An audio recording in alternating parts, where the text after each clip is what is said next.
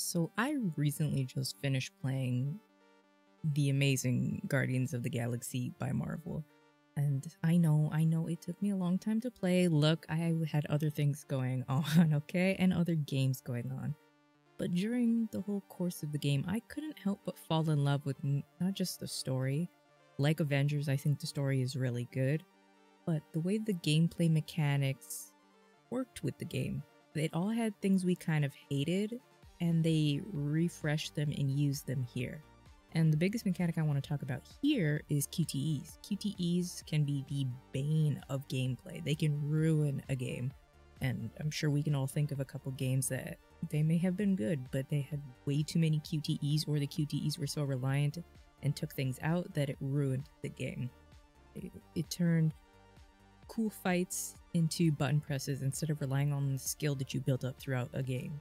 I think Guardians of the Galaxy really did a good job of balancing what QTEs are and how to use them properly, because there were like a fair few amount of QTEs inside the game itself.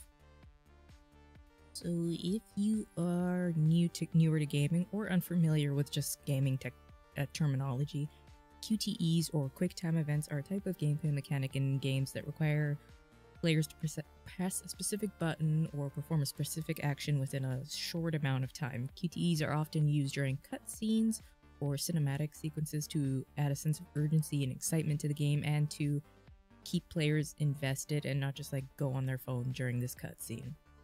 The QTEs usually appear on screen and instruct the player which buttons to press or which sequence of buttons to press within a certain time limit, and QTEs have really become really popular in the last, I'd say, 10-15 years within gaming, especially in action-adventure games and cinematic games. Resident Evil has some, God of War has some, Tomb Raider has some. However, some players and game designers alike have criticized QTEs for interrupting the game's flow and for relying on too much memorization instead of skill. Now, I have opinions on the quality of the Eidos Montreal produced and Square Enix published 2021 game Guardians of the Galaxy, but we're not here to talk about the quality of the game and how much I liked it. In my opinion, the developers did a great job of blending QuickTime events with actual gameplay, and I saw this also in Rise of the Tomb Raider. I have yet to play Shadow of the Tomb Raider. It's on my 2023 list, but Rise of the Tomb Raider had some QuickTime events, but I felt that blended really well with gameplay, when that makes sense because it's a Square Enix Eidos Montreal game, you know. But throughout Guardians of the Galaxy, I felt they were used just the right amount. They had the comedic moments where you were slapping away everybody's hands when you were talking to the Warmind, or they had where your blasters would get a new power and you would square them up together and use that. I thought it was never overused, and the game still used skill and you had to know what you were doing, but it felt natural, at least to my opinion. And I know just by talking about this, you were going to think of so many games that use this, to the point where it almost detracted away from the overall gameplay experience. However, for me, and the whole point of this video is, I think QTEs can be integrated, whatever that word is, back into gaming in a way that really enhances gameplay and the overall experience. It can be an effective mechanic, and when used thoughtfully, like I said, when you're slapping everybody's hands away, or when it's a high action moment and you kind of want to focus the player to this specific point, I think QTEs are really helpful and really useful in gaming. And I know that's like a hot take because people hate QTEs. And while I'm still on this QTE QuickTime event hype train, I want to talk about like the benefits that a well-designed sequence can add to a game. Like I said in the opening, they can add more excitement to cutscenes, or an element of interactivity to cutscenes and otherwise passive storytelling moments. Because let's be honest, not every game is Yakuza with a 30-minute cutscene that you were going to watch because you want to know the story. Sometimes, even my favorite games, if it's a long cutscene, and I know it's a long cutscene because it does the, cinematic cutscene instead of the in-engine cutscene, I might go on my phone, or I might check something else while I'm waiting.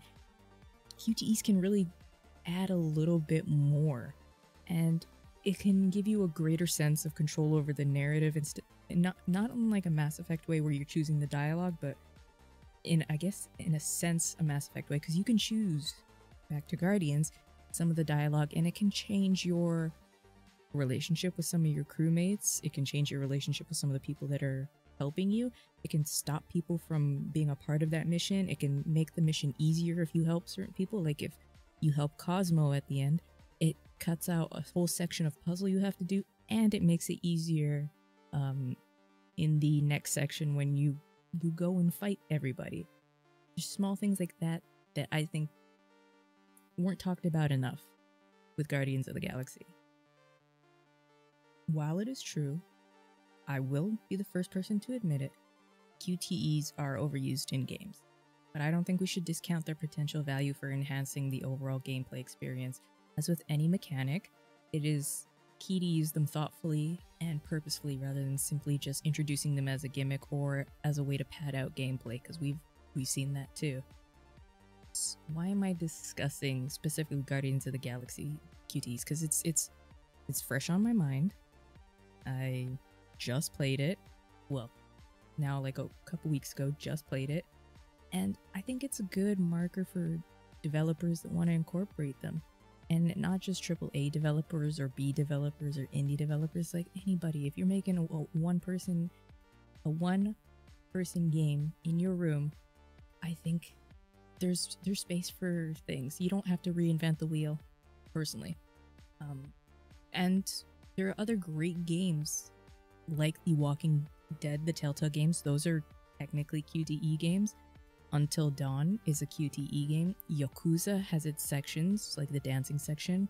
And even God of War has QTEs. And they have never taken away from the narrative experience that the game is trying to, or the immersive experience that the game is trying to put out there. In fact, like Walking Dead, kind of amps it up to a degree that I don't know if you could get with just storytelling alone in a game like that. You know what I'm saying. But I understand that a lot of people dislike the mechanic, but I think it does deserve some recognition and some love. After all, if the universally dreaded escort missions can be improved, so can QTEs, and so can other gameplay mechanics that have been overused or fallen to the wayside in recent years. I want you guys to tell me your thoughts on QuickTime events. Do you hate them? Do you love them? What's a gameplay mechanic you absolutely hate that you just cannot stand? And what's a gameplay mechanic that you absolutely love? One gameplay mechanic that I hate, or I used to hate, is the escort missions. But since Witcher 3, it seems like people are making concerted effort to try to change that mechanic. And a mechanic that I absolutely love, it's a hidden mechanic, I talked about this on COGS a while back, is adaptive difficulties. Resident Evil 4, the original one, I don't know if the new one has it, but if the game sensed that you were struggling a bit, it would maybe take an enemy or two out, and it was so smooth that you wouldn't even know unless you were literally comparing frame by frame, room by room, what was different. I love adaptive difficulties because sometimes games are, sometimes I do want to play the Dark Souls, but at other times I want to play Stardew Valley, and I want like a mix in between there in like an adventure game like Tomb Raider or something like that. So my favorite mechanic overall is adaptive difficulties. Least favorite is escort missions, although that's changing, and I just love QTEs, and I really do love the way Marvel introduced them, or at least Guardians of the Galaxy Marvel introduced them back into like a culturally important kind of game, because Guardians of the Galaxy is like that. There's people that watch the Marvel movies, there's people that play the Marvel games, but sometimes they don't cross over, and I think Guardians of the Galaxy really crossed over for a lot of people. I don't know. Those are my humble opinions and my humble thoughts. Let me know what you guys want me to cover in the next topic, and I will see you beautiful human beings. And maybe if you're an alien watching, I'll see you guys next time. I love you. Bye, guys.